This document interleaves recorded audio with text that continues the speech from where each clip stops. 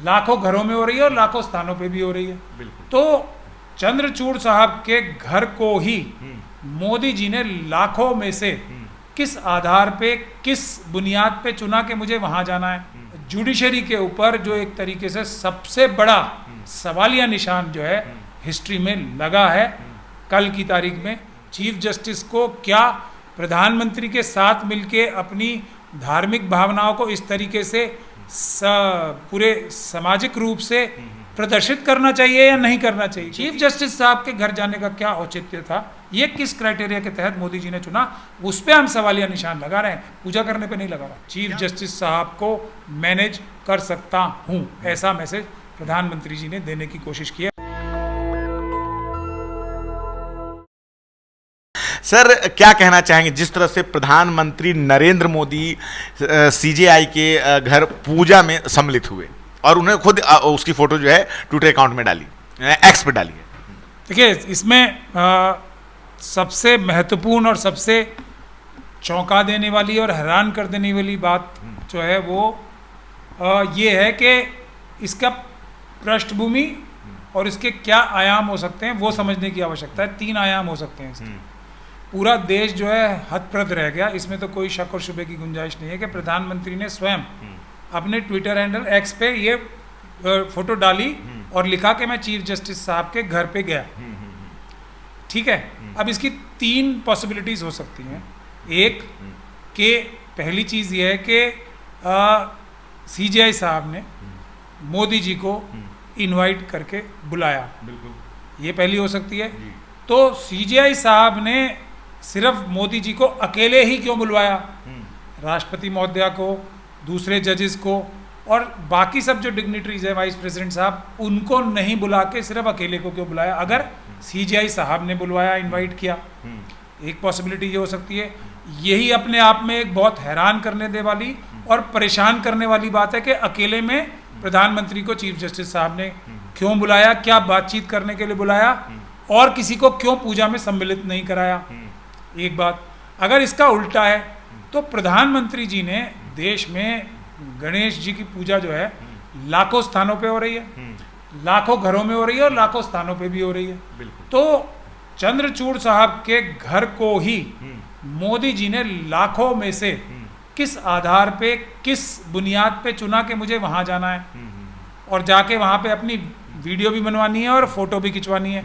ये दूसरा आयाम हो सकता है। तीसरा आयाम ये हो सकता है इसका एक कि मोदी जी ज़बरदस्ती गेट क्रैश करके धड़धड़ाते हुए अंदर घुस गए और ज़बरदस्ती उन्होंने अपनी वीडियो और फोटो खिंचवा ली। ये 3 इसकी पॉसिबिलिटीज़ हो सकती हैं, लेकिन इसका जो रिजल्ट आया वो बहुत भयावह है। ना भूतो ना भविष्यति, भविष्यति के बारे में तो कुछ कह नहीं सकते क्योंकि अब नया स्टैंडर्ड एक बन गया है कि चीफ जस्टिस और प्रधानमंत्री भी अकेले अकेले घरों पे जाके एक दूसरे से अकेले में बातचीत करेंगे। कुछ ये कभी नहीं हुआ। ये इस देश की जुडिशरी के ऊपर जो एक तरीके से सबसे बड़ा सवालिया निशान जो है हिस्ट्री में लगा है, कल की तारीख में। उससे पहले जो एक इस तरह की बात हुई थी वो 4 सुप्रीम कोर्ट के जजेस ने जब अपनी पीड़ा बताई थी प्रेस कॉन्फ्रेंस के माध्यम से कि हमारे ऊपर दबाव है और हमें देश के नागरिक जो हैं हमारी आके रक्षा करें। उसके बाद ये सबसे बड़ा इवेंट है। आज हमारे देश में जो देश के जनता है उसका विश्वास, आस्था अगर किसी संस्था में सबसे ज़्यादा है या कुछ भी है तो वो जुडिशरी थी। उसको बहुत बड़ा धक्का कल की तारीख में लगा है। समर्थक ये कह रहे हैं कि भाई पूजा पाठ में जाना में कौन सी खराब बात है, तो आप इन दोनों सवालों का जवाब कैसे देंगे? देखिए, निस्संदेह जो आपका दोनों सवाल हैं बहुत ज़्यादा महत्वपूर्ण हैं, क्योंकि जस्टिस और जुडिशल सिस्टम को निष्पक्ष ना सिर्फ होना चाहिए बल्कि दिखना भी चाहिए। वो बहुत महत्वपूर्ण है। दोनों चीज़ें आवश्यक हैं, होना भी चाहिए और दिखना भी चाहिए। तो दिखने वाली प्रक्रिया में आपके दोनों सवाल एकदम सटीक हैं और सही हैं। लेकिन मैं ये मानता हूं कि इन दोनों सवालों में से भी जो आपका दूसरा सवाल है ना, वो पहले सवाल को भी बहुत बौना अपने सामने कर देता है कि एक चीफ जस्टिस को क्या प्रधानमंत्री के साथ मिलके अपनी धार्मिक भावनाओं को इस तरीके से पूरे सामाजिक रूप से प्रदर्शित करना चाहिए या नहीं करना चाहिए, क्योंकि धर्म तो एक जाति निष्ठा का वो है ना। तो और चीफ जस्टिस और प्रधानमंत्री के से एक तरीके से ये जाएगा कि ये कुछ एक ही धर्म को ज़्यादा तरजीहत देंगे। ये दोनों के साथ पूजा करने से ऐसा महसूस होता है, क्योंकि दोनों अकेले कर रहे हैं पूजा और चीफ जस्टिस साहब की पत्नी है साथ में बस। तो ये अकेले करने की बात पे बहुत बड़ा सवालिया निशान आता है, लेकिन वो भी बहुत बौना या छोटा रह जाता है जब ये बात सामने आती है कि पृथकता रहनी है। ये तो ये हो गया कि क्या अब देखिए कयास लगाने के लिए बिल्कुल फ्रीडम हो गई सबको, कोई भी कुछ भी अंदाज़ा लगा सकता है। क्या बातें हुई होंगी, क्या राज्यसभा देने की बात हुई होगी, क्या किसी जजमेंट जो पुराना आ चुका है उस पर धन्यवाद देने की बात हुई होगी, या कुछ जो जजमेंट्स आगे आने वाले हैं उस पर डिस्कशन हुई होगी। अब कोई भी कुछ भी अंदाज़ा लगाने के लिए आज़ाद हो गया, उसके दिमाग की परवास को अब रोका नहीं जा सकता। पूजा करने की बात में कोई दिक्कत नहीं है, मैंने आपको अभी भी बताया, लेकिन लाखों जगहों में से किस क्राइटेरिया के तहत इस बात को निगलेक्ट करके के चीफ जस्टिस साहब के पास इस प्रकार से उनके घर पे नहीं जाना चाहिए भी पूजा की, तो चुना किस क्राइटेरिया के हिसाब से कि चीफ जस्टिस साहब के ही घर जाना है। मुझे अगर जज के पास ही किसी के जाना पड़ता तो देश में हज़ारों लाखों की संख्या में जज है, किसी मजिस्ट्रेट साहब के घर चले जाते। चीफ जस्टिस साहब के घर जाने का क्या औचित्य था, ये किस क्राइटेरिया के तहत मोदी जी ने चुना, उस पर हम सवालिया निशान लगा रहे हैं, पूजा करने पे नहीं लगा रहे हैं। प्रधानमंत्री जी ने ट्विटर पे डाला, उसका मतलब ये मैसेज साफ साफ देना चाहते हैं कि मैं चीफ जस्टिस को अपने अंदाज से मैनिपुलेट कर सकता हूँ। इससे ज़्यादा साफ शब्दों में कहने की मैं आवश्यकता नहीं समझता हूँ। ये मैसेज प्रधानमंत्री ने देने की कोशिश की है कि मैं चीफ जस्टिस साहब को मैनेज कर सकता हूँ, ऐसा मैसेज प्रधानमंत्री जी ने देने की कोशिश की है, वरना इस प्रकार की फोटो अपने ट्विटर से डालने की आवश्यकता नहीं। संविधान ये भी डाल सकते थे कि मैं 50 जगह गया, मैं 50 जजिस के घर पे गया, क्योंकि मेरे मन में ये वो आई कि मुझे आज ये गणेश चतुर्थी जो है मुझे जजिस के साथ मनानी है। तो वो अकेले चीफ जस्टिस साहब के पास गए, क्यों गए, क्या पूरे समय की वीडियो है या कुछ गुपचुप बातें भी हुई, ये मैसेज वो देना चाहते हैं मुख्य प्रधानमंत्री जी, क्योंकि वो मैसेज देने में बहुत एक्सपर्ट है। वो ये मैसेज देने में मेरे ख्याल से कहीं ना कहीं किसी हद तक कामयाब भी हुए हैं कि चीफ जस्टिस साहब को मैं इन्फ्लुएंस यानी कि उनको मैं मैनेज या उनके ऊपर दबाव में डाल सकता हूँ, या उनको मैं कुछ ना कुछ अपने हिसाब से मोल्ड कर सकता हूँ, ऐसा मैसेज गया है। और प्रधानमंत्री जी ने उसको जानबूझ के मैसेज देने की चेष्टा भी की। अब बहुत सारे लोगों को ये विश्वास नहीं आ पाएगा कि जुडिशरी में हम सरकार के खिलाफ क्या केस ले जा सकते हैं, मोदी जी के खिलाफ क्या केस कर सकते हैं हम। मैंने खुद जुडिशरी में मेरी मोदी जी के खिलाफ, अमित शाह जी के खिलाफ जो कंप्लेंट्स पेंडिंग है, मुझे खुद ये बात पे अब सोचना पड़ रहा है कि क्या वो निष्पक्ष न्याय करने में सक्षम हैं भी या नहीं है। ये सवाल हर एक ऐसे व्यक्ति के मन में आएगा जो सरकार के खिलाफ कोई केस करना चाहता है और ख़ास तौर पे मोदी जी के खिलाफ कोई केस करना चाहता है। दूसरा एक इसका बहुत बड़ा नुकसान ये हुआ है कि एक परंपरा बन गई है, जो आने वाले जजेस भी होंगे वो भी अब उनके ऊपर क्या मैसेज जाएगा कि हम भी प्रधानमंत्री से इस प्रकार के रिश्तों का प्रदर्शन करें।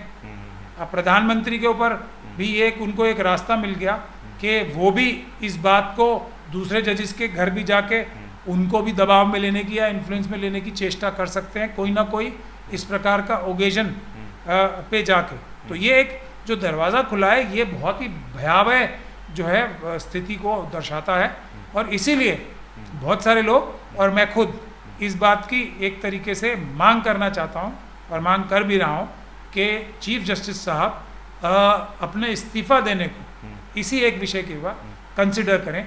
ऑनरेबल चीफ जस्टिस साहब को कंसिडर यानी कि इस पे सोचना चाहिए कि क्या उन्हें अब इस्तीफा दे देना चाहिए इस वजह से। अच्छा, अभी हमने कुछ समय पहले देखा है कि कई जज जो है रिटायरमेंट के बाद भाजपा में शामिल हुए हैं, तो क्या हम इस बात को भी मान कर चलें कि क्या कल को भविष्य में जब सीजीआई रिटायर होंगे तो क्या वो भी इस तरह के मतलब चीज़ों में किसी राजनीतिक दल को या भाजपा में शामिल होना चाहते हैं, इस तरह से भी हम देख सकते हैं?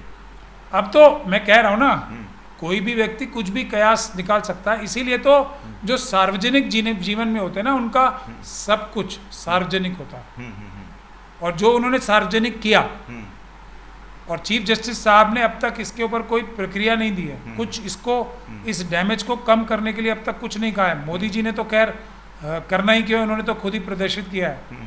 तो उसको भी ये समझना पड़ेगा ना कि जो एक मैसेज जो गया है वो, अब आपने जो पूछा एकदम सही सटीक सवाल है। किसी के दिमाग में भी आएगा क्या भारतीय जनता पार्टी, क्योंकि और उसकी एक सीरीज आ रही है ना, जजेस रिटायरमेंट के तुरंत बाद जज वो भारतीय जनता पार्टी के टिकट से इलेक्शन लड़ने को तैयार हो रहे हैं, जेलर इलेक्शन लड़ने को तैयार हो रहे हैं। जी हाँ। यानी कि इससे क्या मैसेज जाता है कि भारतीय जनता पार्टी के कहने पे गलत काम करो और वो तुम्हें अपनी पार्टी ज्वाइन करा के तुम्हें मेंबर ऑफ पार्लियामेंट बनाएंगे। ये गोगोई साहब के बारे में ये बातें आम हो गई हैं, क्योंकि उन्होंने भी रिटायरमेंट के तुरंत बाद राज्यसभा उनको बना दिया गया कुछ जजमेंट्स देने की वजह से। ऐसा कयास क्या पूरे देश में चर्चा होती है यही जबकि संविधान में ये उल्लिखित है कि रिटायरमेंट के बाद फिर वो जो है किसी प्रकार के पद प्रतिष्ठा को ग्रहण नहीं करेंगे, पद को नहीं। ये एक ट्रेडिशन है, जब आप इतने बड़े एक जो स्तंभ है देश का, जैसे एग्जीक्यूटिव का सबसे हाईएस्ट पद जो है वो प्रधानमंत्री जी का होगा, जो लेजिस्लेचर का, एग्जीक्यूटिव का भी प्रधानमंत्री का भी होता है और कैबिनेट सेक्रेटरी का भी होता है। ठीक है, उसी प्रकार से चीफ जस्टिस सबसे टॉप पिनेकल पे हैं जुडिशरी के। बिल्कुल। तो उसके बाद अब आपको किसी और पद को ग्रहण नहीं करना चाहिए। ये एक ट्रेडिशन थी जो कि पिछले कुछ सालों में बहुत ही तेज़ी के साथ ध्वस्त हुई है, और उसके बाद इससे देश की जुडिशरी के ऊपर बहुत बड़ा सवालिया निशान लगेगा। कुछ जज तो सिटिंग जज होने के बाद इस्तीफा देके भारतीय जनता पार्टी में आए, ये बहुत ही दुर्भाग्यपूर्ण बात है। और कुछ जज जो रिटायर हुए हैं, उन्होंने बहुत सारी जजमेंट्स दी हैं, वो भारतीय जनता पार्टी के प्रोग्राम्स में शामिल होके उनकी आइडियोलॉजी से अपना सानिध्य का प्रदर्शन कर रहे हैं खुलेआम। वो भी बहुत दुर्भाग्यपूर्ण बात है। ऐसे लोगों के खिलाफ कोई सख्त कानून बनना चाहिए। ये समय आ गया है कि इसको सख्त कानून बना के उनको सख्ती से निपटने का कोई प्रावधान बनाने का, कानून बनाने का अब समय आ चुका है। नेशनल दस्तक की आपसे गुजारिश है कि अगर इसको बचाना चाहते हैं तो नेशनल दस्तक को सब्सक्राइब करने के लिए रेड कलर के सब्सक्राइब बटन को दबाएं, फिर बेल आइकन की घंटी दबाएं। नेशनल दस्तक को बचाने के लिए बहुत जरूरी है कि हर खबर को शेयर करें, लाइक करें, कमेंट जरूर करें।